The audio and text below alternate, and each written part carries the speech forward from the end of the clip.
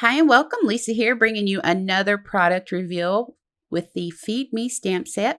Now, this stamp set is 4 by 6. It includes 14 stamps, 2 large images, 1 detail stamp, and 11 sentiments. The largest image measures approximately 3¼ inches high at the highest point and 2 5/8 of an inch wide at the widest point. I'm going to start to stamp these out so you can see what they look like once they've been stamped. So the sentiments in this set are hilarious, like the little shop of getting old. I can totally relate to that. Also, who is this Groot you speak of? That one is a good one.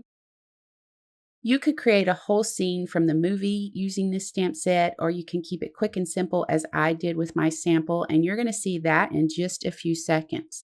Now, if you want to see more inspiration featuring the Feed Me stamp set, head over to the blog or follow Whimsy Stamps on Instagram. Be sure you're sharing your projects with us in the Whimsy Stamps and Inspiration Facebook group.